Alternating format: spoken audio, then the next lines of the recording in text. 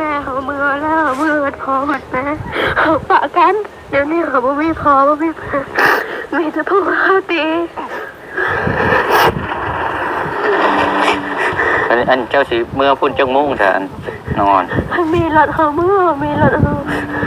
ต้องผู้แลรถโดยสารผู้แลไปสิให้ทันสิให้คือบ่เชียงเมื่อส่งกับบ่เชียงบ่กล้าเมื่อได้เพราะว่ามันเป็น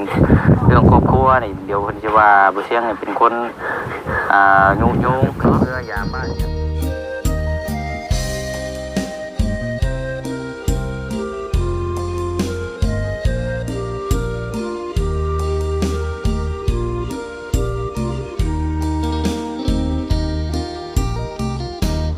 บ้านยับส่งคือบุมีรถไม่ล่างสิบุเชียงอย่าง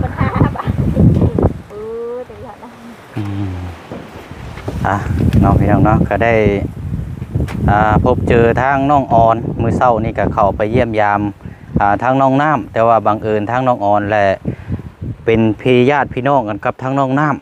ำเนาะเราก็เข้าไปนั่งอยู่ในหันแหละพี่น้องพอดีบุเชียงก็เข้าไป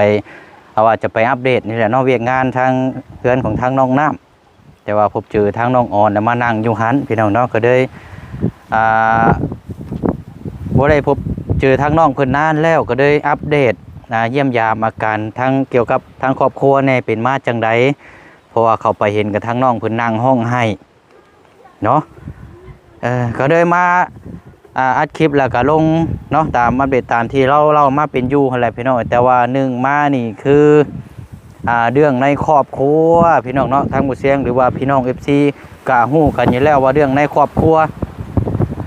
ถ้าเขาเว้าลายนี่ก็มันก็บ่ได้อีกพี่น้องเนาะมันก็ผิดในครอบครัวแล้วเฮาก็บ่อยากยุ่งอยากเกี่ยวน้ำเฮาเว้าเท่าที่เฮาเว้าได้เอาง่ายๆซะเป็นคนกลางซะพี่น้องเนาะเอาเดี๋ยวจังมาเล่าให้พี่ให้น้องฟังนำกันเนาะเพราะ FC พี่น้องก็ถล่มเดี๋ยวว่านักอยู่ทางบุเชียงกับพี่น้องเนาะเป็นเหตุยังจึงว่าถล่มเนาะเดี๋ยวบุเชียงจะไล่ให้พี่ให้น้องฟังน้ำกันเนาะช่วงบรรยากาศช่วงค่อยคำลงแรงเนาะอยู่นี่ก็อยู่กระตูบข้างทางบ้านของทางน้องหลาน้อยพอดีก็มาอัปเดตเคสของทางประตูอาเดียอีกเนาะพี่น้องเนาะกับสบายดีและสวัสดีพ่อแม่พี่น้องเบิดสู่ขู่สู่คนพบเจอกันอีกคือเก่าคือเดิมพี่น้องเนาะเรื่องเล่าที่ทางบุเชียงจะเล่าให้พี่ให้น้องได้รับรู้แล้วก็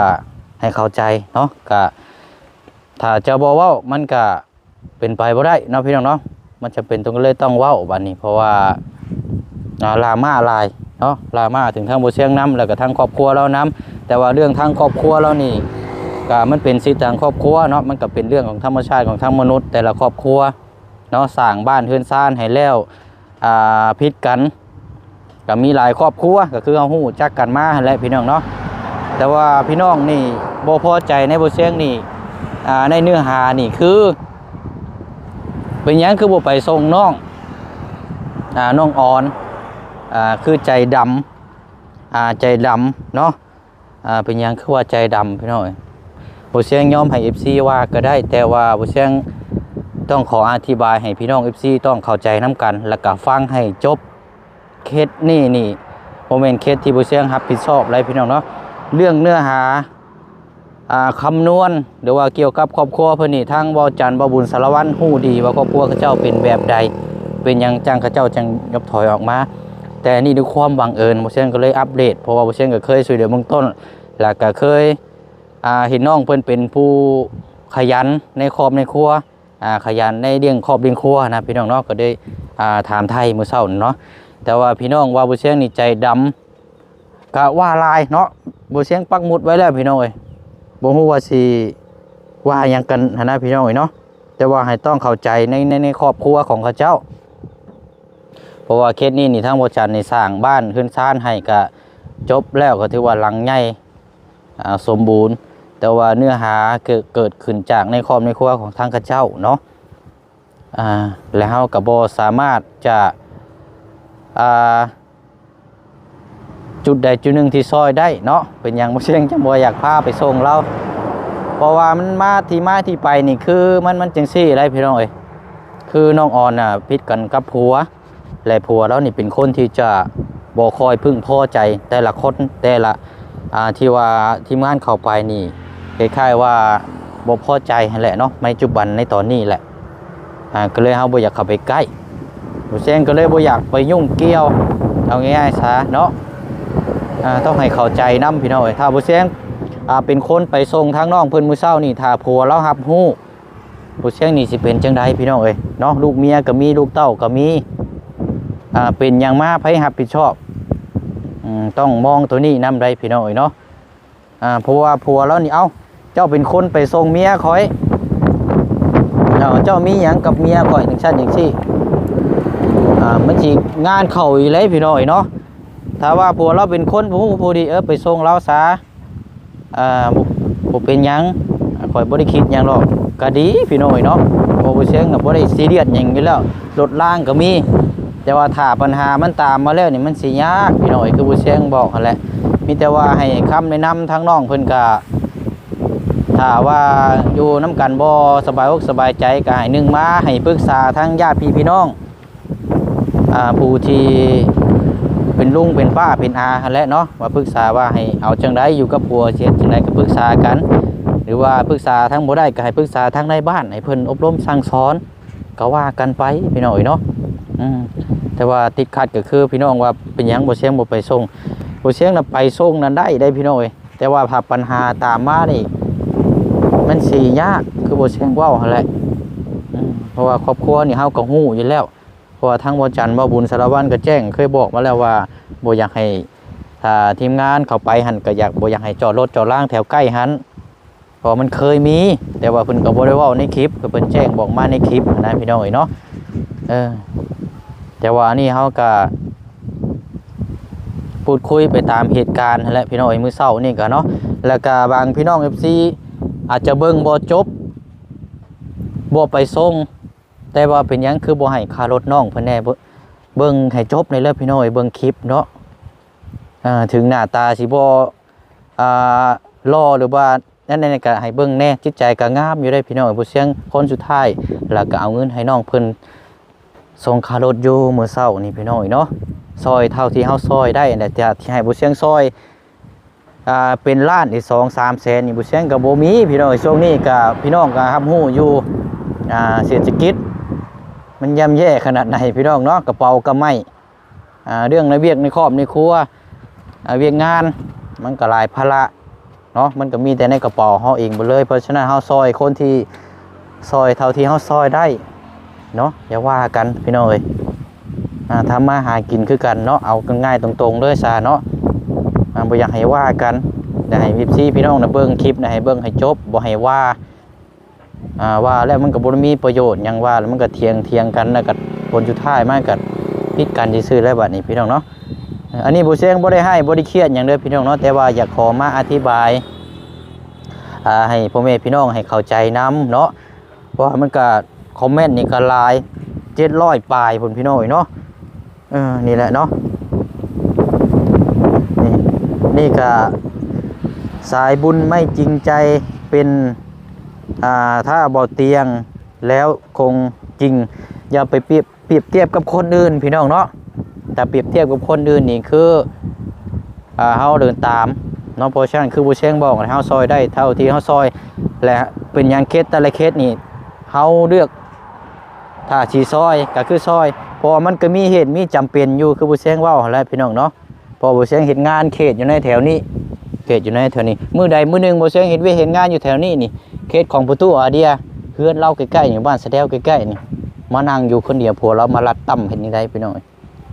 พอสิบ่ได้จากลูกจากเมียไปบ่พี่น้องเนาะมันสิบ่งานเข้าข่อยบ่ใส่พี่น้องเพราะฉะนั้นก็ให้เข้าใจในได้พี่น้องเนาะเรื่องในความปลอดภัยนำเฮาเฮ็ดเวียกเฮ็ดงานก็บ่แม่นว่าสิอันนี้นำเนาะไปส่งนั้นส่งได้บ่ยากหรอกพี่น้องแต่ว่ากลัวปัญหาตามมาเฮาฮู้อยู่ว่าเฮาอยากซอยแต่ว่าเฮานึกถึงคุณเฮาเองแน่แหละเพื่อความปลอดภัยเนาะ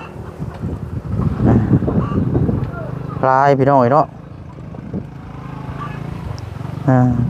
นี่แหละบ่เสียงก็มีพี่น้องที่บาง FC เพิ่นก็เข้าใจอยู่เพิ่นก็บอกว่าบ่ต้องไปยุ่งในครอบครัวของเขาเจ้ามันเป็นเรื่องของครอบครัวเขาเจ้าแหละเฮาไปยุ่งเกินแล้วมันสิกลายเป็นแบบว่ามัน มันหาเรื่องไม่เฮาหั่นแหละพี่น้องเนาะ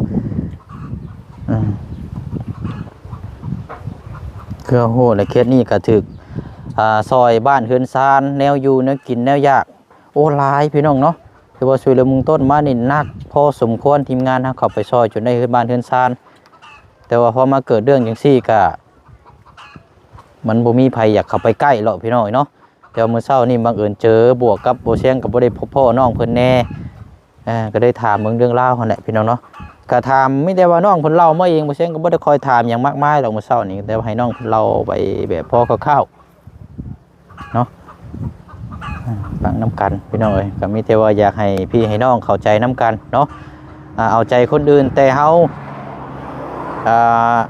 ล่มมานี่มันก็บ่คักปานใดแล้วพี่น้องเนาะเฮาก็มีครอบมีครัวมีลูกมีเต้าที่จะเบิ่งที่จะดูแลเป็นอย่างมานี่มันก็ยากเลยพี่น้องเนาะเอาบานนี้ตัดไม้แล้วบานนี้พี่น้องเนาะเอาอะไรเนาะก็แจ้งพ่อแม่พี่น้องให้ FC ให้รับรู้ให้เข้าใจน้ำกันเด้อพี่น้องเด้อเนาะอันนี้ก็ถ้าว่ามันเนื้อหาที่ว่าเฮาบ่ได้รับรู้ก่อนแล้วก็ถือว่าโอเคแน่บ่เสียงก็สิไปส่งให้ได้อยู่พี่น้องบ่ยากหรอกเนาะแต่ว่าเครื่องรู้กันนั่นแหละ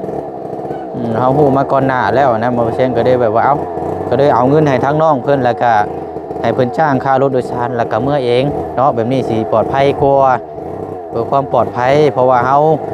เฮ็ดเวยกเฮ็ดงานอยู่แถวนี้แล้วก็ทีมงานก็อยู่นี่เบิดนั่นล่ะพี่น้องเนาะมื้อใดมื้อนึงเรามาลัดอยู่ข้างโค้งข้างทางนี่สิเฮ็ดได้พี่น้องเนาะเพราะฉะนั้นมันก็อันตรายสำหรับเฮาเนาะพี่น้องเนาะเอากับเรื่องราวก็มาแจ้งให้พี่ให้น้องได้ฮู้ได้ทราบนํกันเด้อพี่น้องเด้ออย่าว่าอย่าตีกันเนาะบาดเพิ่นบาดโตเนาะคือเพิ่นว่าและพี่น้องบาด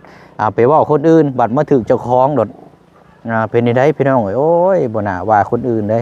สุดท้ายมาเข้าตัวเองอันนี้แหละคือเพิ่นว่าพี่น้องเนาะเพราะฉะนั้นก็ให้ทุกคำทุกเหตุผลมันมีทางออกทางไปอยู่เนาะที่ผู้เสียงคิดลงไปกับพี่น้องเนาะเอาคลิปนี้ก็มาแจ้งให้พี่น้องในฮู้ได้ทราบน้ำกันเนาะเดี๋ยวเข้าไปพ่วงเบิ่งทางอาเดียก่อนเป็นจังใดเนาะคำแรงเลยเฮ็ดอยู่เนี่ยเนี่ยอยู่ในกินจังพี่น้องเนาะเอาพี่น้องเนาะเข้ามุกเข้าใจน้ำกันเด้อพี่น้องเด้อเนาะ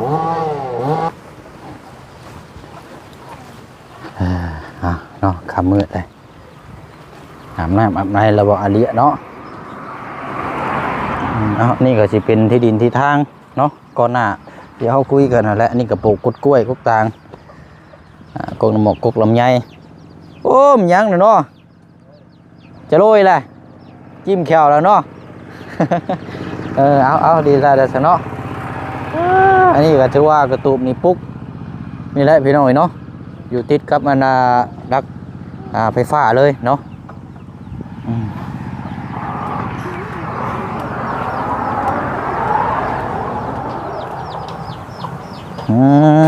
เอาสบายดีทั้งอาเดียเด้อพลสิตกอยู่บ่นี่คือลมแท้นี่อยากแล้วฮะลองช่องเบิ่งอยู่หะคืออยู่บ่ถึงฟ้าคืออยู่บ่จักแล้วฮะอะไรตกเอาได้ยังกินลูกไม้ต้มฮะกินลูกไม้ต้มกินหน่อไม้ต้มไหวมาทมทางนี้ได้พงทางนี้ได้ โอ้สั่งว่าแทบวันนี้เนาะอาบแล้วบ่เนี่ยอาบแล้วเนาะฝนตกเนี่ยว่านี่เนาะ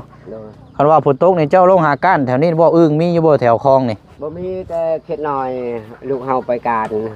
มีแต่เขียนน้อยมื้อนี้ต้ม10 โมงต้มเขียดน้อยก็มีอาหารกินเขียนน้อยแล้วแซ่บเนาะก้านแถวนี้บ่ก้านแถวนี้เลยไปคุณละแถว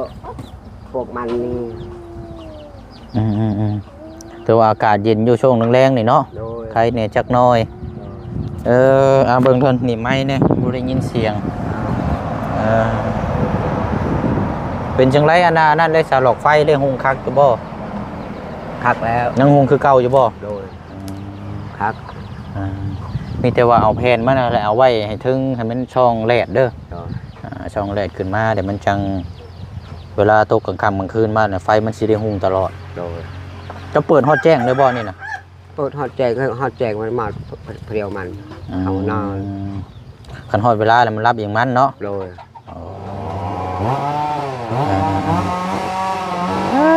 เนาะอันนี้บ่พื้นนะไปหามาแต่พุ่นนะ นี่เฮาตัด บ่มีเลื่อยบ่ บ่ เอายังตัดน่ะ เอาแต่มีดนี่เอาแต่พาเฮา ผ้าใช่น่ะผ้าอีเงาะหันบ่ โดยเอาตัดนี่แบกเอามาที่คนเฮาแบกหมดพันตกเกบ่มีไผเอามือ อันนี้แบกมาจะพูดบ่นี่กะ โดย ลำเดียวนี่บ่ โดยแบกลำเดียวนี่แหละ คนดีโลอันนี้เนาะ นี่เขาแบกนี่ก็ ไปเห็นให้ตอนเช้าเราแบกมาซุมือเป็นบ่ โดย อันไม้นี่ที่ว่าเจ้าทางเห็นให้เห็นบ่ โดย เจ้าเอาแบกมาเนาะ โดยเฮาทางเฮาจูดอันนี้เฮาเมื่อเฮาเฮ็ดพื้น นั่นเฮ็ดพื้นนี่ดังเขานี่แล้วเฮายังแต่เฮาเฮ็ดชวนพวกอักษรีบ่ชลีก็บ่ได้ลายเฮาเฮ็ดชวนเฮา เข้าผูกแล้วบ่เข้า ยัง ยังอยู่บ่ ก็หมดเดือนนี้แล้ว เนาะยังเสียงยังเขาเจ้าเฮ็ดยังอันนี้ โอ้ย เสียงรถบ่ จัดเลื่อยใหม่นี่ จักเลยไหมมีบ่ของเจ้าก็ บ่มีโดยคนมีนี่มีเฮือนกอ มีจักตัดไม้นี่ไล่เฮือนกอเลย ได้เฮือนกอแล้ว คือว่าจังซัด ที่หู เจ้าก็ว่าไปเรื่อย มีอันนั้นเนี่ยหูเลยไม่ก็ดูก็เลื่อยก็หูไม่เฮ็ดเฮือนก็หู มีแต่ตัดเอาอันนี้ นี่ เนาะ จะตัดเอาผ้าเฮาตัด โดยสบายดีเด้อโอ้ยเบิ่งนี่ต้องสิอาบน้ำหากะแล้วนี่เนาะจับบีผมแล้วเอาใช้ลูกชายกกไปทางไหนล่ะอาแตว จักเฮือนพ่อชัยยังจักมันไป เรานอนอยู่พุ่นบ่เดี๋ยวนี้ก็ บ่นอนอยู่เฮือนนี่ ง่ายมานอนอยู่พี่แล้วเนาะ บ่ได้ฮอดนอนเฮือนหมู่ ฮอนเฮือนเองบ่ได้ไปใช้คำเมื่อนอนแล้วหากินไปกับน้องนี่ไปการขุดหน่อยเมื่อต้มได้ เนาะหาอยู่หากินเนาะ โดย แล้วก็ขยันทั้งลูกเต้ากันซอยกันนั่นแหละ โดย เอาไปใช้โต้บัดนี้ ก็โมกับบ่ได้หาคำแล้วเฮาเมื่อ สิไปให้อีกอยู่บ่นี่ โดยเฮายังลดลกนี่ผักนี่ยังบ่แล้ว ว่าเจ้ายังสิไปให้อีกอยู่บ่ โดย ป๋อคำเลยยังสิไปอยู่ ไปเฮาอยากลกนี่ ปลา ลกนี่เฮาอยากปลูกปักชีลี ปลูกมักซารี โดย โรคหญ้าซั่นบ่ โดยเราเอาเฮ็ดหลายพอกินพออยู่แล้ว เฮ็ดพอกินพออยู่ในครอบครัวหั่นแหละเนาะเอาดีแล้วเนาะ โดยพวกมันนี่แล้วเฮา บรรยากาศเย็นไปหน่อย โดยแล้วเฮาปลูกมันนี่เดี๋ยวหมดเดือนนี้จะต่อชักอีกแล้วได้เมื่อเฮือนเลย เอาอะไรเนาะเจ้าสิพาไปพุ่นบ่ โดย ไปน้ำกันจะคน เพื่อเดียวเฮาไปอันนี้อยู่เฮือนเฮาเมื่อแบกพื้นนี่แหละ โดยป้าสาเนาะยันว่าเจ้าพาไปเนาะเขาก็สิได้เดินทางก่อนเดียวเด้อโดยเอาเนาะอยู่ดีมีแห้งคำมืดก็ยังสิไปอยู่เนาะก็ว่าแล้วบ่ได้ไกลปานใดแล้วว่า นี่บ่ได้ไกลเอาชวนโมไปเบิ่งชวนเฮาค คักก็บ่คักงามก็บ่ได้งามกว้างช้ำไรเฮาเฮ็ดเฮาชวนโดยพวกมันนี่เบิ่งเอามื้อหน้ามื้อในก่อนเนาะโดยจังว่ากันเนาะโดยเอาไปอันใดเนาะโอ้ยเนาะพี่น้องเอ้ยเนาะอันนี้ก็ถือว่าเป็นอีกครอบครัวนึงเนาะแต่ติดตามเบิ่งนํกันพี่น้องเอ้ยว่าหลังจากได้เฮือนได้ซ่านไปแล้วว่าสิเป็นจังไดเนาะอันนี้ก็แต่ว่าก็สิบ่มีปัญหาหรอกเนาะแล้วก็สุดแล้วพี่น้องเอ้ยเป็นผู้เฒ่าเนาะหาอยู่หากินดิ้งครอบดิ้งครัวดิ้งลูกดิ้งเฒ่าแล้วก็เนาะแต่ว่าถ้าเป็นวัยรุ่นแน่ก็สิอีกแนวนึงเนาะถ้าบ่มีการเกี่ยวกับกินในสิ่งของที่บ่ถูกบ่ต้องในร่างกายนี่อันจังใดก็มีแนวตามมาแน่นอนเนาะพี่น้องเนาะในครอบในครัวเกตที่พี่น้องตอนนี้ก็นี่แหละพี่น้องก็เกิดจากตัวนี้แหละในตอนนี้ก็เนาะเพราะฉะนั้นก็นี่แหละเนาะคือบ่เชงก็บ่อยากยุ่งเกี่ยวบ่อยากยุ่งนั่นแหละพี่น้องอันตรายเฮาฮู้กันอยู่แล้วเนาะจังใดก็ให้พี่ให้น้องเข้าใจแล้วก็นำกันเนาะพี่น้องเนาะสำหรับทางที่มื้อเช้านี้เนาะเนื้อหาจังใดนี่ก็คือผู้เชี่ยงบอกอะไรพี่น้องเนาะเพราะว่ามันเกิดมันขึ้นมาแล้วมันยากพี่น้องเนาะผู้เชี่ยงก็บ่อยากเว้าหลายเพราะว่ามันเว้าไปหลายมันก็มีพิษมีภัยคือฮู้กันนั่นแหละพี่น้องเนาะเอาจังใดก็เฮาก็อยากซอยเต็มที่อยู่แต่ว่ามันก็มีเนื้อหาตามใจที่เฮาอยากหลีกเลี่ยงคือเฮาเว้านั่นแหละพี่น้องเนาะอะไรที่เฮาซอยได้เฮาก็ซอยถ้าอะไรที่เฮาหลีกเลี่ยงได้ก็เฮาก็หลีกเลี่ยงเอาพี่น้องเนาะบ่มีไผบังคับบ่มีไผบอกเนาะมันขึ้นอยู่กับเฮาเราพี่น้องเนาะเฮาตัดสินใจเองได้เนาะเอาแล้วนอกจากนั้นก็ขอมกขอบใจขอบคุญขอบคุณพี่น้องหลายๆเด้อพี่น้องเด้อเนาะให้พี่น้องขอมกขอบใจนํกันเนาะเข้ามาเบิ่งมาชมแล้วก็เบิ่งให้จบแล้วก็จังอธิบายให้ FC ในฮู้ได้ทราบนํกันนั่นแหละเนาะอันนี้ก็เข้ามาเบิ่งยังบ่ทันได้จบก็เว้าพุ่นเว้าฟรีเนาะพี่น้องเนาะเว้าตามป่าตามลงตามดอนตำไปตำห้ามมันก็เลยกลายเป็นแบบว่าพ่วงคือหมากขี้ควรนี่แหละพี่น้องเนาะเอาอย่างไรก็ขอมกขอบใจขอบคุณเพื่อนพี่น้องหลายๆเด้อพี่น้องเด้อเนาะพบกันในคลิปหน้าเนาะบ๊ายบายเด้อพี่น้องเด้อ